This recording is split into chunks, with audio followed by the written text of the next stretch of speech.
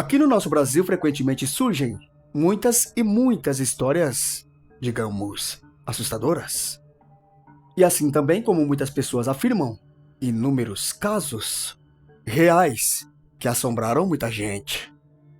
Hoje nós decidimos trazer 4 casos que pessoas dizem serem reais, que ocorreram aqui no nosso país. E Brasilzão que gosta de casos misteriosos? Será que você já ouviu falar de alguns desses casos que vamos mostrar no vídeo de hoje? Bom, para tirar essa sua dúvida é somente assistindo agora no Adversos esses casos, para lá de misteriosos, que se passaram aqui no Brasil.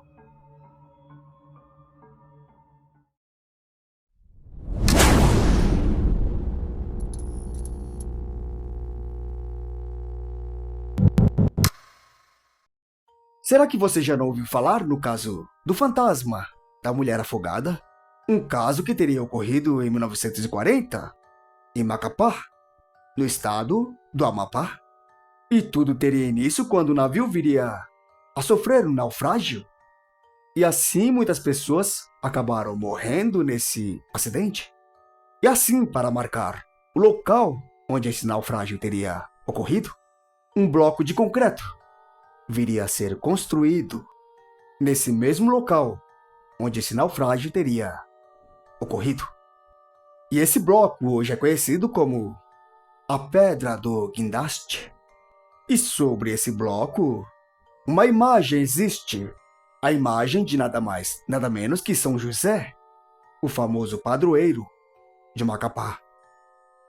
Mas não é nada disso que chama atenção em cima desse caso que ocorreu em 1940, pois o que chama atenção mesmo é que quem mora próximo àquele local diz que o fantasma de uma mulher que também teria morrido nesse naufrágio vive vagando pelo local. Segundo alguns relatos, essa aparição se faz presente sobre as águas.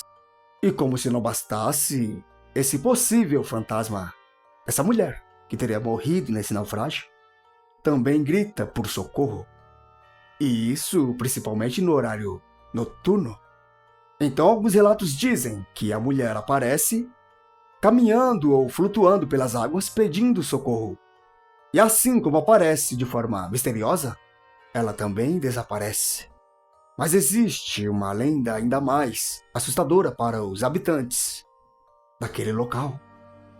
Pois muitas pessoas acreditam que se aquele bloco de concreto, onde a imagem de São José está fixada, desaparecer, ou se pelo menos alguém tirar esse bloco dali, as águas do mar iriam subir tanto que viriam a inundar a cidade inteirinha de Macapá.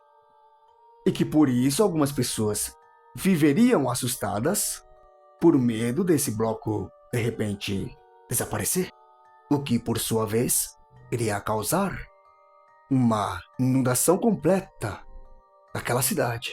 Seria mesmo que tudo isso poderia vir ocorrer com essa cidade caso esse bloco desaparecesse?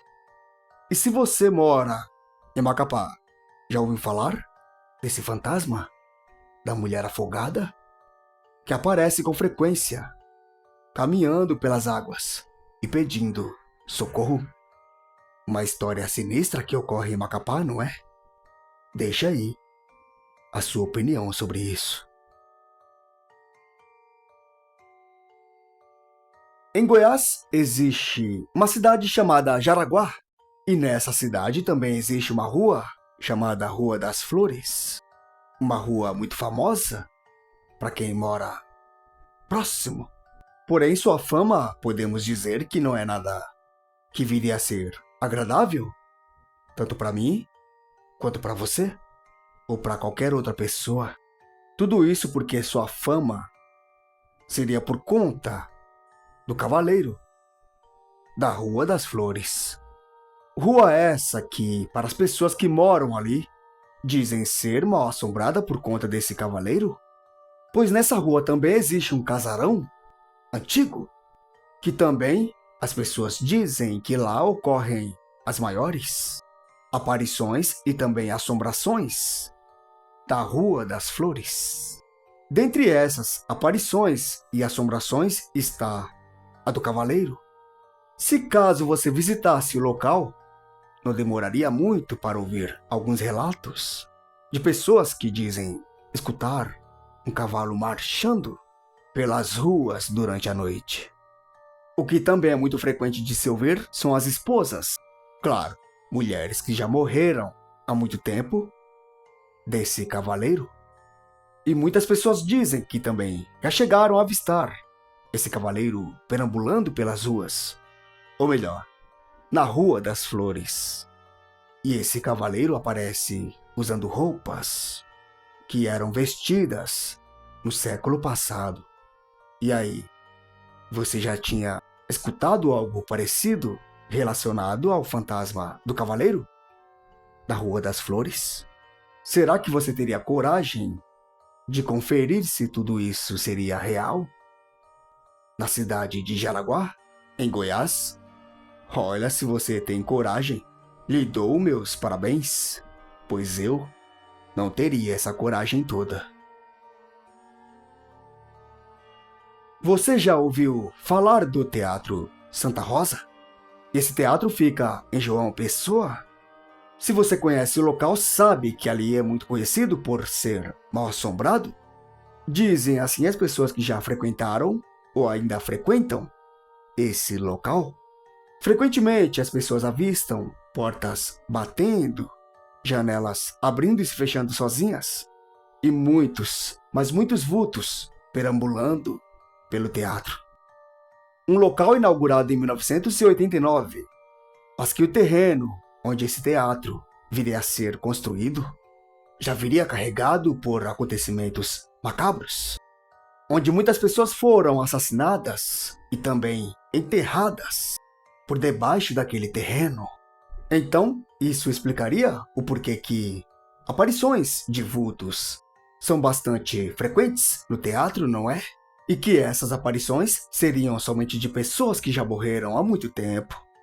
Bom, isso é o que poderíamos imaginar, já que um dos fantasmas mais frequentes que aparecem no Teatro Santa Rosa é o de uma bailarina que teria se suicidado dentro do Teatro Santa Rosa. E para vê-la, é preciso somente entrar nele durante a noite, que não iria demorar muito, para que em cima do palco do teatro aparecesse uma bailarina fazendo suas coreografias, flutuando e desaparecendo em seguida. Seria mesmo possível que esse caso seja real? E um caso muito famoso, que acabou até chamando a atenção de muitas emissoras, foi o caso de Leonice Fritz. Um caso que se passou em uma pequena cidade no interior do Rio Grande do Sul, uma cidade chamada Santa Rosa. Curioso, não? Mais um local com o nome Santa Rosa, envolvido em um caso sobrenatural. Um caso que ficou bastante popular em 1988, quando muitas emissoras de TV passaram a relatar o que ocorria com Leonice Fritz, uma garota que conseguia mover objetos sem sequer tocar neles. Também era capaz de ligar e desligar interruptores de luzes e também de explodir objetos. E tudo isso sem sequer tocar em nada. A garota também era capaz de reproduzir sons, digamos, pra lá de estranhos. Por exemplo, batidas ou coisas arranhando as paredes.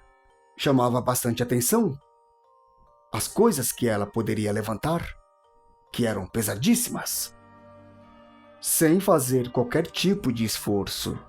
Coisas que faziam com que a casa da menina frequentemente viesse a ser visitada, frequentemente por pessoas curiosas moradores da pequena cidade, Santa Rosa, pessoas curiosas que talvez nunca tinham visto algo parecido.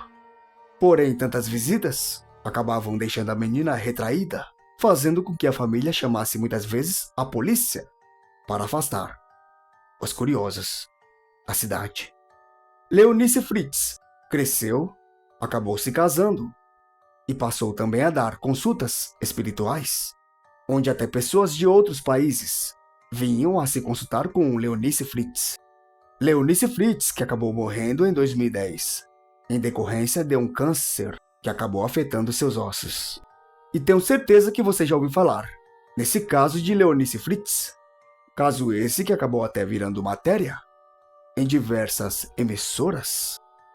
Mas se caso você não tenha ouvido falar antes, ou se pelo menos já ouviu falar e não se lembra, vamos mostrar um trecho de uma reportagem que falava do caso de Leonice Fritz. Mas antes de mostrar o trecho dessa reportagem, vou encerrando aqui a minha participação no vídeo de hoje. Então, continue acompanhando Adversos, pois muitos vídeos misteriosos como esse irão continuar pintando aqui em nossa telinha. Até o próximo vídeo. Esta é a cidade de Santa Rosa, 550 quilômetros de Porto Alegre. Nesta casa simples, os estranhos fenômenos começaram a acontecer, atraindo a atenção de todo mundo. Era tanta gente que os pais da menina se viram obrigados a colocar um aviso na entrada. Sem tocar nos objetos, a menina Leonice quebrava copos e arrastava cadeiras. Na cama, sem que ela mexesse no cobertor, acontecia isso. Outro fenômeno, o colchão se levanta sozinho.